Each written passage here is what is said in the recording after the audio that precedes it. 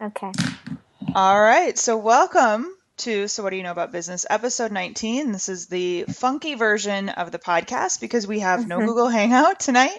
We have a Skype version that doesn't want to quite work. So we're going to be recording just the audio and then put this up as a YouTube video, but you really won't be able to see.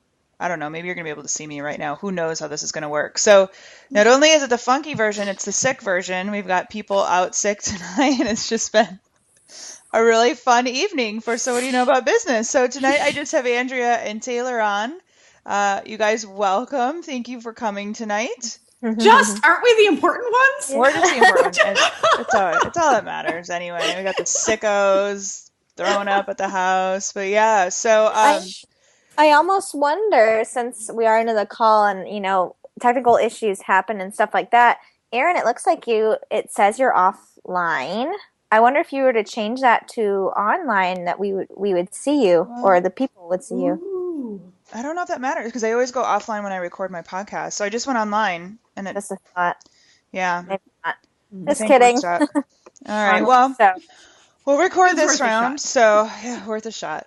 It's just been an interesting evening. All right. Well, this is the part of the podcast where we go around and introduce ourselves, and you have to tell us what we're drinking. You can't see it. So Andrea, I'll start with you first.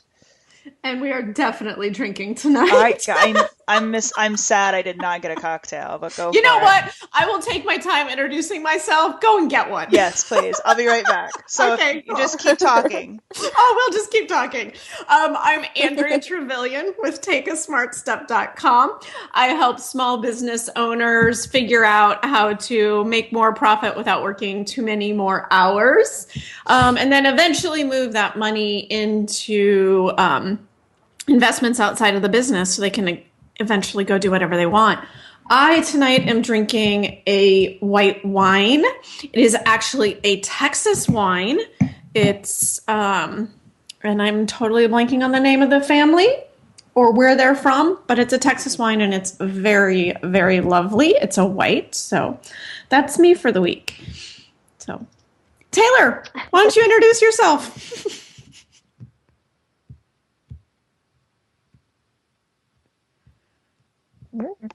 Nice.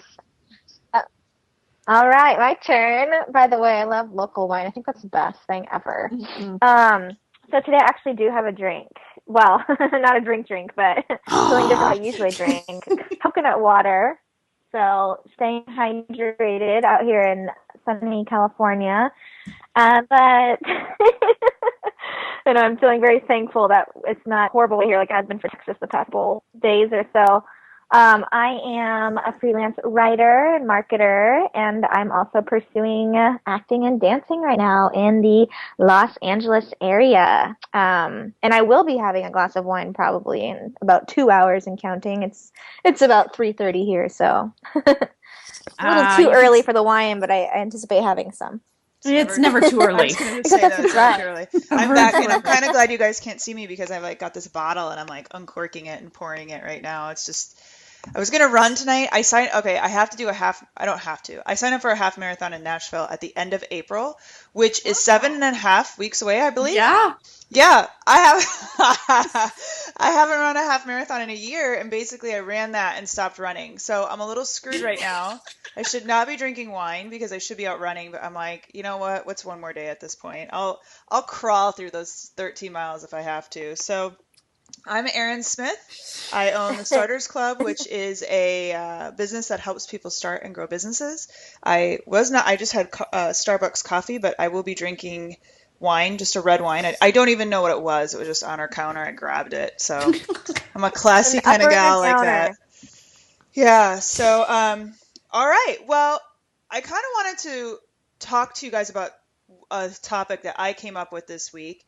And then if you want to talk about that, we can. Or if you want to talk about what happened to you, we're totally cool with either one. But it was an interesting week because I finished my first book, and this is a moment that should be a very happy time in your life. I'm applauding over here. Thank you. But the book writing was the easy part, let me tell you. Yes. So it reminded me of the time that I went when I first found out I was pregnant, and I went to Bye Bye Baby. And luckily my friend went with me because I literally had a list for my registry. She goes, what's on your list? I said, okay, I need diapers, towels, and bottles. And she's like, for real? And 100 items later, you walk out like on your registry. I mean, I had no idea what I was doing. And I feel like the book is the same way because I'm like, okay, it's completed. I need a book cover and I need an editor. Well, that opened a whole can of worms, and I was like ready to be in tears on Sunday just trying to figure this out. The point of this whole thing is I came upon two different scenarios, or situations, I should say. So the first one was I needed the book cover, got referred by a person, said this is what I'm going to be doing with it, this is what I need. And between her and the editor, I'm getting quoted over $3,000. And so I was like, God, this is kind of high. Like, I didn't think it would be this much just to edit and put it out, but I didn't know. So I went onto this forum and basically I said, hey guys, it was a Pat Kindle, or I always say Pat Kindles, Pat Flynn's Kindle group. And I said, hey, you guys can completely say I'm being cheap. I'm totally cool with that. I'm just trying to understand. This is what I need exactly. Is this a lot? And they said, you're totally being ripped off. It's ridiculous. So I came back and asked her and I said, listen, I'm not trying to like tell you you don't deserve this money. I'm just trying to understand where this is coming from. And she's like, oh, well, if you're only going to, and all of a sudden she started backing off on her price. And I hate that crap. I hate it. It's like, don't, like, this is why I never do flea markets or anything. I hate haggling. And it's like, just give me the best price you've got. Period. End of story. I hate just going back and forth. So that put me off. And then I ran into this other person and oh my gosh, you guys, this has just been, she's a ghostwriter. She helps people. She came very highly recommended. A man I respect tremendously who is just, I look up to a lot, is using her to help him. And she helps people take books to market. So I know she helps with putting the book together and helps writing it, but I'm already past that point. So I've reached out to her and said, okay, what exactly do you do? Could you help me at this point I'm at? I really need help marketing it. I'm horrible at self-promotion. I need this help. And she's like, yes, I can help you. And I'm like, okay.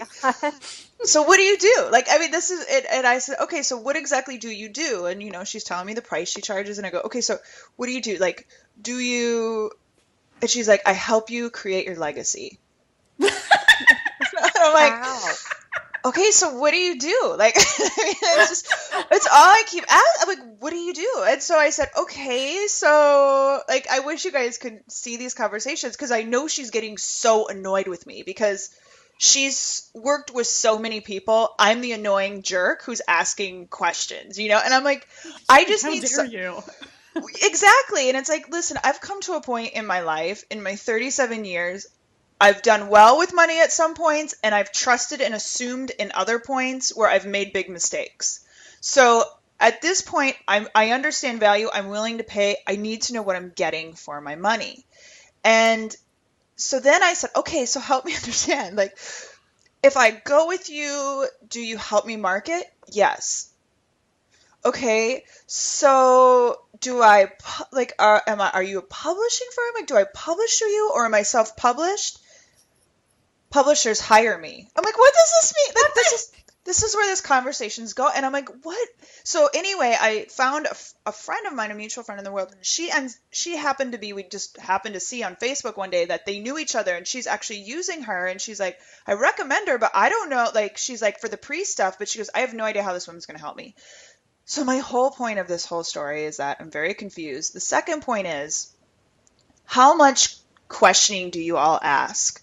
Because, like I said, I know at some point when they're recommended, you should trust a little bit. But had I not asked, I kind of would have wasted some money. I would have been in a little bit of trouble because I still would have no idea what I'm doing. And so my question to you guys is, how much do you question the value you're paying and what you're getting for it? Or when it's a high enough person, even, do you just sit back and say, okay, I trust you're going to take care of this process?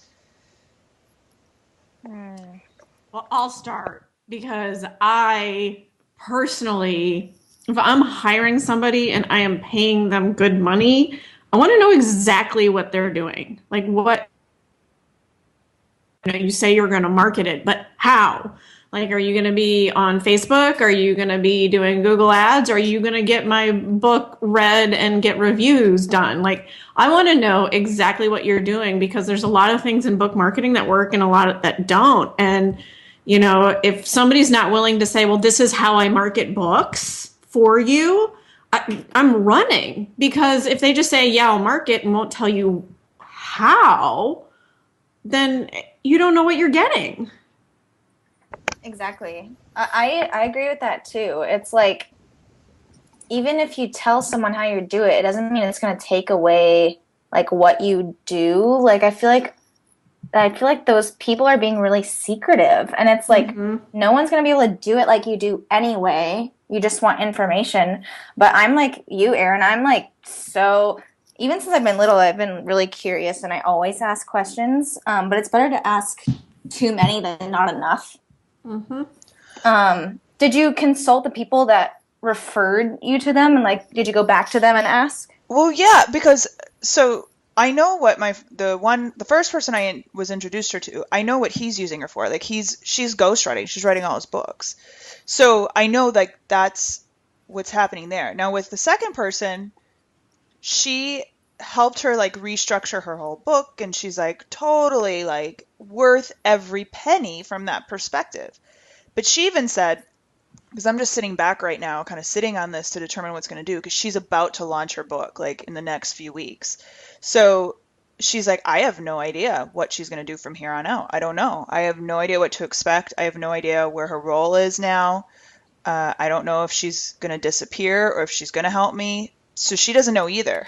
So we're both kind of like, well, I guess, what actually pops into my head, and I think we've briefly touched on this in other conversations, is if she's a really good ghostwriter and she's really fabulous at doing that part of it, the chances of her being phenomenal at the marketing part are actually pretty slim. But she's taken a ton of books to like bestseller status. Which might just be her connections, because I used to have a friend who was in the publishing industry, and he straight up said, connections help. They're not everything, but if you have that one person who's helped you along all this way, they have the right people, your chances increase just because of that. So it might be that she's not good at the marketing, but she knows the right people.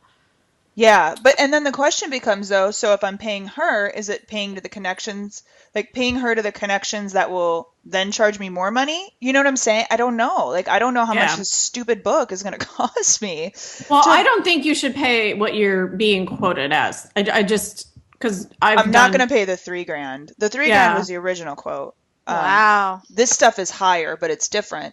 But then it's like, do I go self-publishing, like self-publishing firm? Like, I'm looking at Morgan James, I think it's called. And then somebody gave me another name of a company where they help market and they have a kind of a speaker side to it, which I'd love. Or do I just, have it printed out at this point? I'm not going to go for, New York Times is not on the goal right now. I'm not saying that. I want to get some out, and then hopefully I can get books with agents, etc. But right now it's just a starting block. But it's, well, have you considered doing your own through like a create space? Yes, I've looked at all. Yeah, right now I'm looking at all of it. So yeah, I've considered that. My scare is that I'm just going to write this book and then it's just going to sit there. You know what I mean? Like, I really want to be able to help me promote it, so I can utilize it. I have a goal for when I finish the second one. It's going to be a 2-part series, but this has just been, it's kind of a nightmarish. I'm not going to lie. Like, just trying to figure all this out. What's the goal? The goal, obviously you've written the book, but is the goal to use it as a marketing tool, to get more speaking gigs, to like, what's the ultimate goal of the book? Okay, so the goal of the book, I feel like this whole I'm sorry, I didn't mean it to make it. We're masterminding for this session. We're masterminding. All right. Good. So the goal of the book is, it's a 2-part book series. The first one is called Master the Start, where it's just understanding how to get out of your own head, understanding how to create a business, understanding who you at any point in your life could potentially how you could potentially start a business and what you need to do to go there. The second book is really going to be a book version of my course, where it's going to be the step by step. This is what you do for this. This is what you do for this. I want to be able to extend it into, my program, and then, the live events, etc. So I have a whole goal of when these two are finished together, there'll be a whole promotion of, win 2 free copies, a promotion like that, and then I want to do a Brendon Burchard type promotion where you get a free book, all that kind of stuff. So I want to take it to, the first book is just to get it out, to get my name out there, and then when the second book comes, it really becomes a series and sold together, if that makes sense. So I do want to use it as, hey, I'm obviously I know I'm a best-selling Amazon author right now from my other book, but I joke about that. I am a best-selling author, but it's a kind of a joke, but whatever. We were talking about this yesterday, and JJ came in. He's like, "You're a best-selling author?" I'm like, "Yeah." Like, I got real interesting real fast, didn't I? But it's a lot of smoke and mirrors. You know what's behind it. But yes, it is. Exactly. So okay, well, question on that. Yeah. So you've got the one done, which is really kind of the intro, get you in. Yeah. It's great for getting speaking and everything.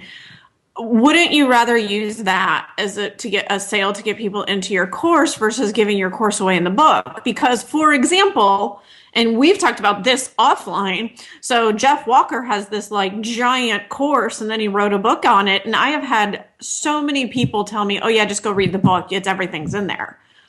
No, so and like, it's are you true. It's you know what though? It just depends on who wants to consume it how, because it's like, you go to a Brendon Burchard event and it's the course. Like, you can take the course and not have to travel to California to experience the event, but it's the event that's different. And just like the videos and stuff, the videos are going to have a little more in them. The online course will and stuff. Got it. But, it's not like word for word, but there's a correlation. So if you really love the book and you want a little bit more, you'd go into the program. Okay, so it's not necessarily the full thing. All right, cool. Well, here's what I would do if it was me. Mm-hmm. Is I would manage the entire process for yourself on the first one. Okay. And use that as a calling card to get more speaking gigs, because they like published authors that can sell the book and all that other fun stuff. Mm-hmm. And then the whole process, so that when you do the second one, you can go hire somebody or get a contract and know what's going on. Okay. Even if it's if they're together a little bit, like even if it's a 2-part series. Yeah, I would still do that. Because, like, for example, Dave Ramsey self-published his first one for years and years by himself. And then once he got big enough to actually be able to get a contract, he shifted his self-published book to a contract with a publishing house and got a better deal on it. Okay. Well, what do you think of something like Balboa versus having somebody do my cover art and doing it all myself? Balboa is like, I think it's $600 to do through them. That's, do you know who that is? Hay House's Self-Publishing. Oh, okay. No, I haven't heard of them. Okay. I think it depends on how pulled together you want it. Like, to be honest, when I first did it, the like Create Space came out after I had done my first self-published. And so for me, it was either figure it out on your own or go with like a giant self-publishing, vanity label. So I did it all on my own. If I had to do it again now, I might seriously consider going with somebody like Create Space for all of it. But by now I've actually found all my people, so I know how the process works. Yeah, you're like, I'm so above this. No, yeah, but the thing is, it's a lot of work. What were you going to say, Taylor? Oh, well, I was going to say 2 things, but the first was, it's funny because in that industry, it's either you totally do it on your own and it's like the digital way and using, the internet to optimize the marketing, or if you go the publishing route I feel like they're still a little bit more old school in the way they operate, Yeah. At least that's what I've heard from some people. and read, but it's still like here it's like who you know and your credibility and stuff, whereas online anyone can be a best-selling author, like we're just talking about. But my other thing that I was going to mention, actually a question for you, what's your ideal situation in marketing this book? Well, I want to do, I want it to use to open doors for me, to say I have it, but I want to use it as a tool, like I said, to do how I don't know how much I want to divulge not to market yourself, but market the actual book. So what's my goal to market the book? Like how, your ideal situation in marketing the book, not like what it's going to do for you, but like how people are going to find out about it. Well, I want to be able to run a Facebook contest. It was one of my major goals of it, to run with both books, like the 2 books you'll ever need to start your business, and to round it. There's a whole section of doing the rounds that way, and then offer free copies of the book with the back end. So through social media and like Facebook ads. Right now, yeah. All right. How quickly is number 2 going to come out? Number 2 is outlined. It's on my list of 125 things I need to get done, literally. But it's high on there. So, I mean, I can pound it out pretty quick. The thing is, I can write fast. I really can. That's one thing I've always been able to do, is write. So it's coming. And that's why at this point, I told my friend, I'm like, well, I'm just going to sit and watch what happens to you and then work on my other book in the meantime. I mean, I seriously could sit down and write it in several solid days. It's just finding several solid days. Just a counter idea. Have you thought about getting this one out and seeing how it goes before you commit all that time to the second one right away? No, I had not. It just was, no. I mean, I hadn't, to be honest with you, because it was just like, I'm going to do 2. This is the way I want to run them, is 2 different ones. Because think about how much you learn the first time you do something. Like, okay, going back to the kid example, think about how much you learned the first time you had a baby. And so then when you went with the second one, you knew so much more. You knew you didn't need to sign up for the 100 things, that you actually only needed 58. Right. You knew what was going to happen when you got there to give birth. Like, you learned so much from that first time. So would it be worth it to carry this one through all the way through marketing and getting it sold and getting yourself booked before you even focus on number 2?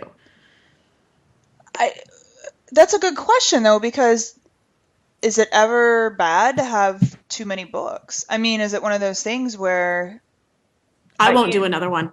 Really? Why? I will, not for a long time. Why? They're harder to market than you think.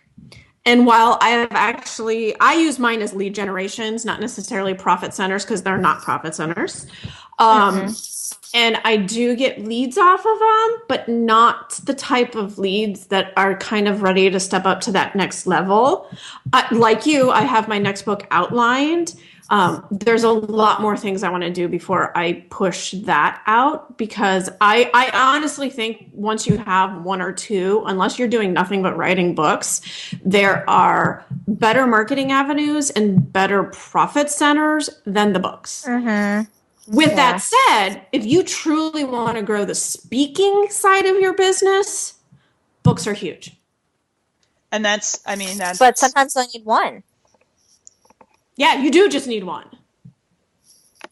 It's depending on the response, and people's feedback and their reviews and all that stuff. But I think you make a really excellent point, Andrea, and just focusing on the one book and follow one course until success, but follow that course of that one book and marketing it and seeing how people respond and like exposing yourself, getting yourself out there and see how your market, like your ideal people respond instead of like dividing your energy, You can't chase too many squirrels. No, I don't want to chase too many squirrels. I just had my heart set on these 2 together. Like I had the whole idea. Well, then do it. Yeah. If that's what your heart and your gut are saying, then you have to go for it. And this is where I struggle, Andrea, is that if I release it, do I know what I'm doing enough to market? Like, I know how to market my business. I don't know how to market a book specifically. So at this point is, let's say, I don't want to say if I fall on my face because that makes it feel like I'm setting myself, but let's say it doesn't pan out. Is it because the book sucked? Is it because I sucked at marketing? Is it because, you know what I'm saying? Like, you don't know. Yeah. That's a hard thing. And that's where I'm kind of like, I know I need help. It's just trying to find that right help because I don't know, I don't know. Right now I got to You only know it. Go ahead. No, go ahead. Oh, I was going to say, you're only going to know if the book sucks if enough people read it, hence if the marketing goes well. But that's not always the case, because I have 4, I like to call them booklets, because they're not full books, because I'm not into full books. Give me the info I need. Let's get going. I have one of my 4 freaking wallops the others. They're all the same quality, obviously the same writer. My tone doesn't change, nothing like that. It's the topic.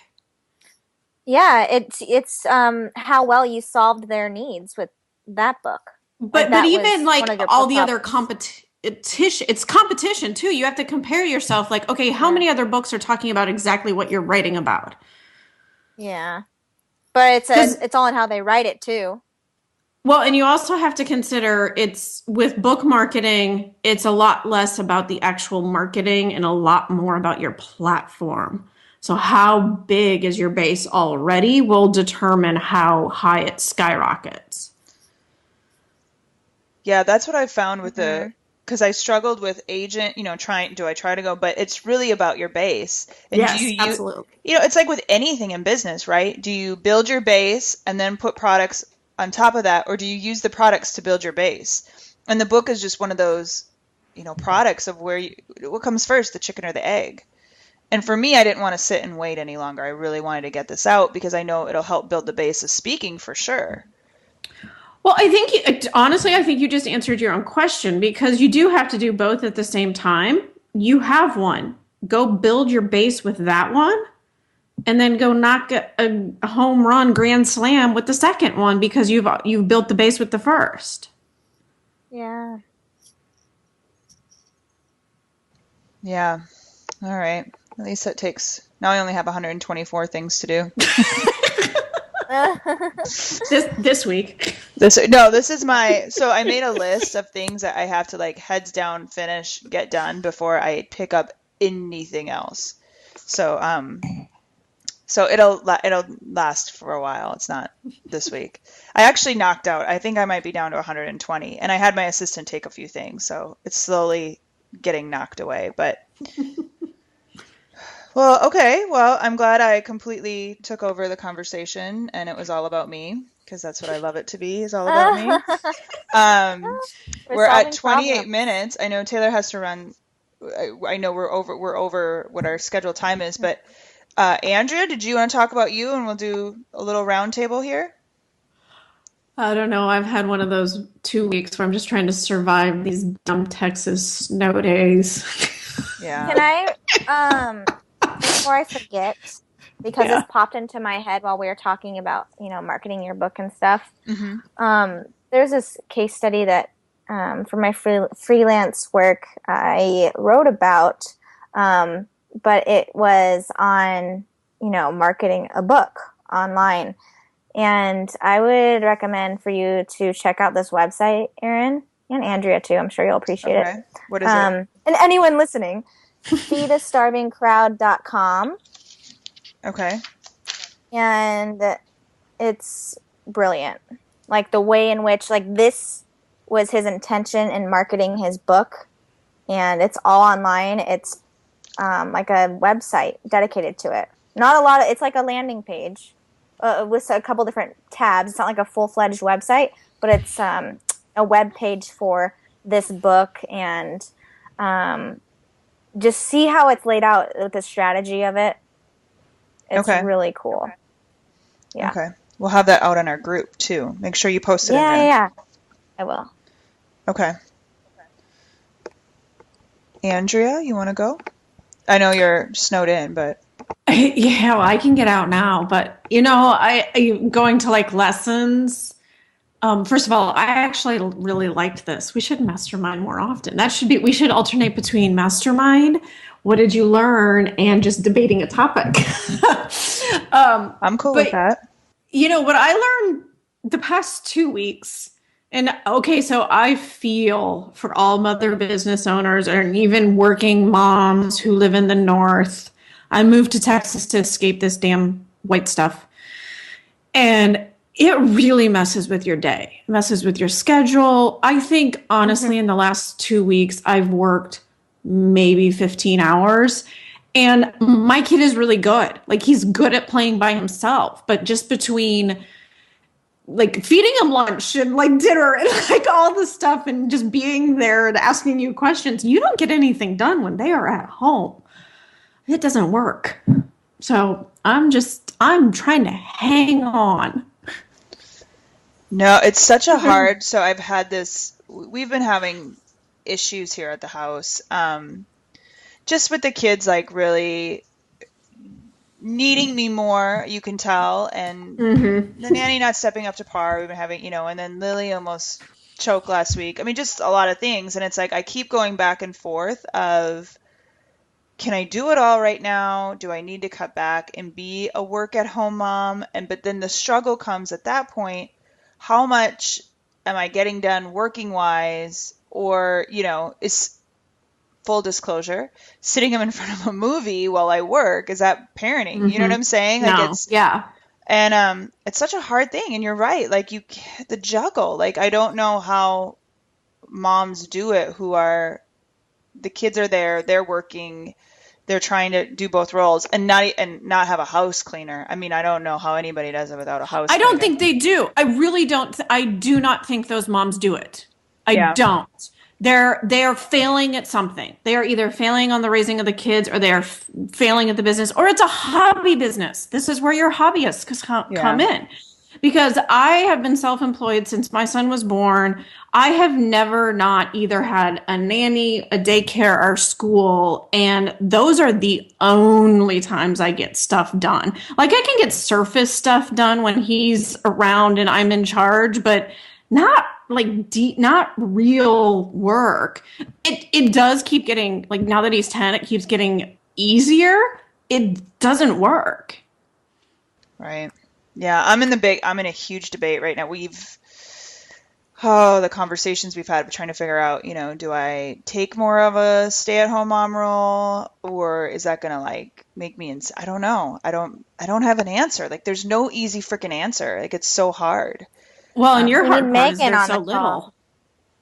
No, and Megan's, mine are little. And Megan, I just saw her youngest, I think, is getting closer to kindergarten, but I mean, I know she's, like, really good about it, but, because I want to go at a pace too, that it's more aggressive than most people. You know what I'm saying? Like, I don't want to bring in an extra couple thousand a month. Like, I want to go at a massive pace where I can, so that's the struggle too. It's like, can I do that? And I don't think I can, but I feel like my kids aren't getting, it's just, anyway, you guys want to talk about me again for the next 30 minutes? Just kidding. All right, Taylor, let's go to you before I go off on another tangent. Let's see. It's just really funny. I mean, whenever you start something new in your life, and especially when it comes to business, but I guess with me pursuing, acting and dancing fully and just still trying to figure out the world and just really trying to observe and stuff, it's just, I don't know, I just kind of had this thought, like, they talk about the imposter syndrome and all that stuff with starting a new business, especially in, like, the online space, but it's just funny how crazy you feel when starting something new. And I don't know, it's a weird feeling, and I don't even know if that many people feel it unless they're actually trying to pursue something that they've been wanting to pursue for so long.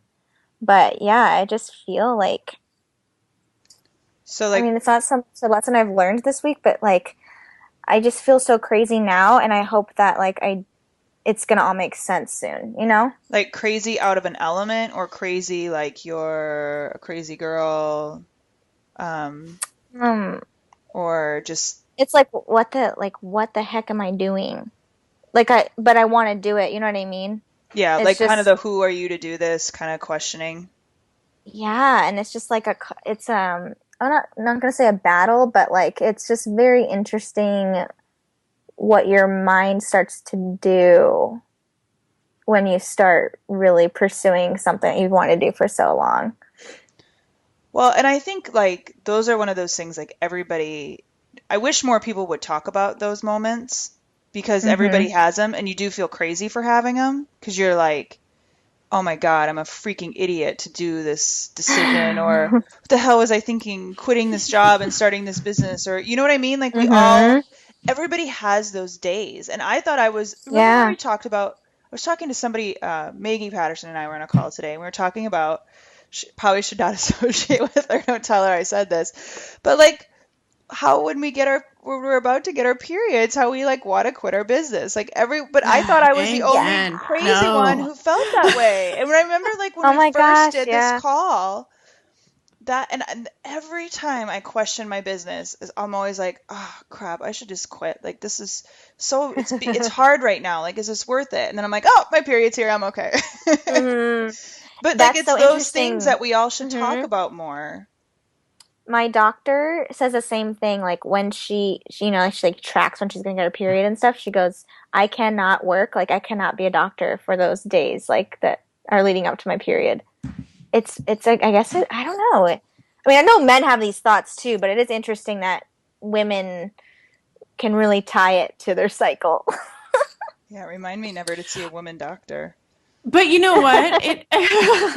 It's obviously the hormones do impact, but I had a very wise person. It was an acupuncturist, actually. We were all a group of us were talking about it.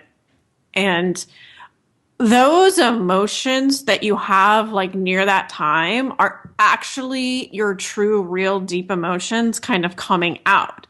So that's a perfect time to stop and go, okay, why am I feeling like this? Like, don't quit, but go, okay, why is this coming up? What isn't working? Like, it's kind of like the perfect time to go, okay, I'm not going to make any decisions right now, but I'm going to listen to what my body's trying to tell me.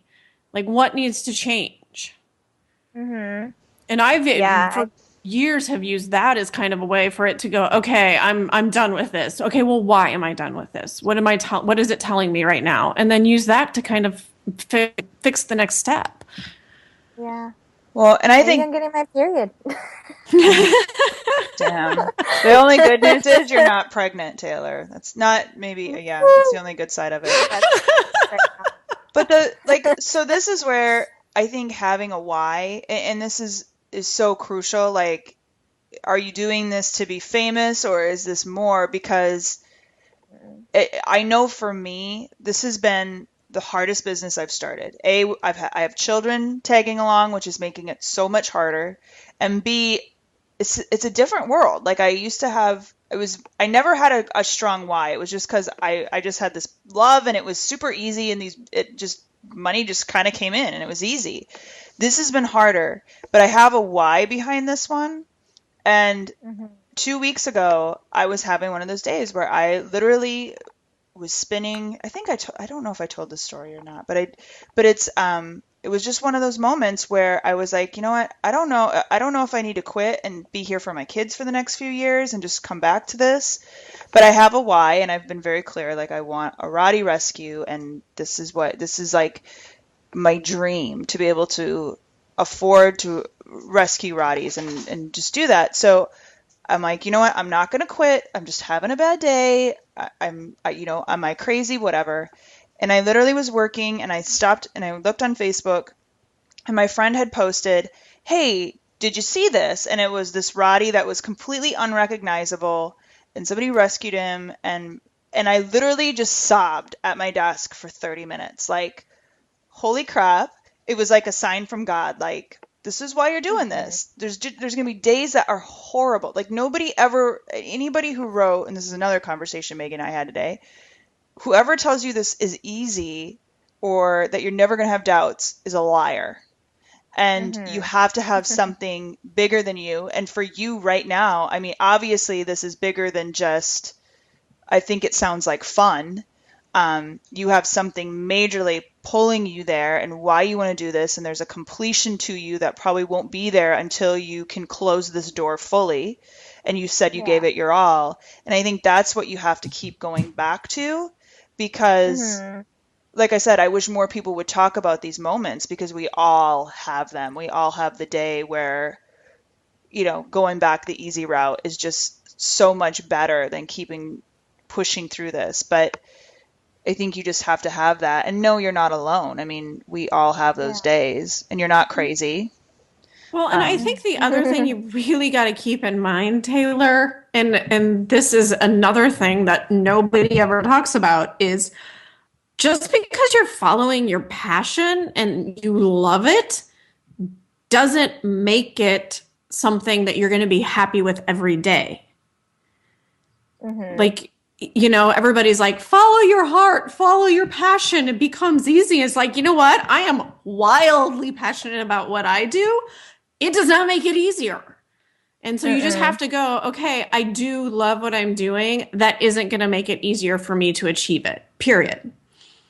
Yeah, I think what's so hard about it is it's not like, it's just a different world, and it's my impatience and it's my overachiever personality, I guess. But because obviously, I mean, you guys know, and I've been talking about this for a while, and I know my why and why I'm doing it. It's just because this is really who I am and who I can fully, authentically, like, live. Like, my 100% authentic self is to be a performer, and that is the number one reason why I'm doing this. Like, it makes me feel like I'm actually living, and it's just it's a whole new world that, like, I think it's just the unfamiliarity of it that is making it really hard right now. Because I know, like, obviously it's a journey, but like you're saying, Erin, not a lot of people talk about, like, this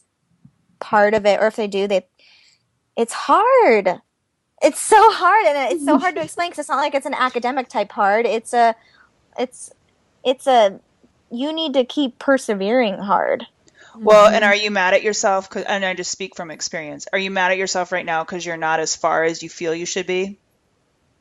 Not mad. It's just really hard to figure out what to do next. Okay. And until you start doing more stuff, like, you don't know. I think it's also a lot of, like, anxiousness and anticipation and wanting to do it all and do it all now, but it doesn't work that way. It's a step-by-step process. And so I'm like, it's just new. Well, it's actually, the universe summing us all up into one little circle. It's the exact same thing you're going through, Erin. You don't know the next step. It frustrates you that you don't know the next step. You just want to be done. You want to be out there promoting it, and it drives you bonkers. You guys are on the exact same path with two different things. Yeah, you want somebody to hand you, like, okay, this is exactly what you do. Like, bum, bum, bum. Yeah, here's your map. Yeah, exactly. Like, okay. Easy peasy. Let me just cross these off my list. And you need that too right now. It's like, okay, go to this, go here, keep pushing this. Even if you're hitting against a wall right now, that's the one you want to keep pursuing versus going somewhere else, Mm-hmm. And I think the perfect way to summarize that in the entire conversation is, if we wanted the easy path, any of us in business, we would go back to corporate America where somebody else is telling us the path. Yeah. But that's why we chose to go out on our own, to follow our passion, to try to get into acting, to be a freelance writer, to help people start businesses, to manage their money. It comes with the territory. If we want it easy, we go back to corporate America. Preach. Well, I want easy non-corporate America. That's all I ask. But it doesn't exist. It does not exist. Oh, God. And I'm slamming my hand on my desk. I know. Well, ladies, this has been great. I know I dominated it, so I don't want to be like, this was awesome, but I had fun tonight. I know it was kind of a impromptu, stressful evening, but we're at our 45 minutes, so thank you guys for coming tonight. We always keep the conversation going over in our Facebook group over at bit.ly/know, KNOW business. So come join us over there. We're always talking. And I don't know what's going on with our iTunes subscription right now. I was going to say, do we have our new feed yet? We're on iTunes. All of the right episodes are there, but it's still, I don't know what changed. So Chandra has been going through a lot right now. Mm-hmm. She's, had some stuff going on with her family, and now she's really sick. So I'm not going to bother her right now. So we'll just be patient. Hopefully next week we've got some answers. That's the goal. But until next week, guys, I guess I will just see you all then, and we should be back on Google Hangouts. Fingers crossed. All right. Sounds good. All right. Sounds good. Thank you so much. Bye, ladies. Thanks, guys. Bye.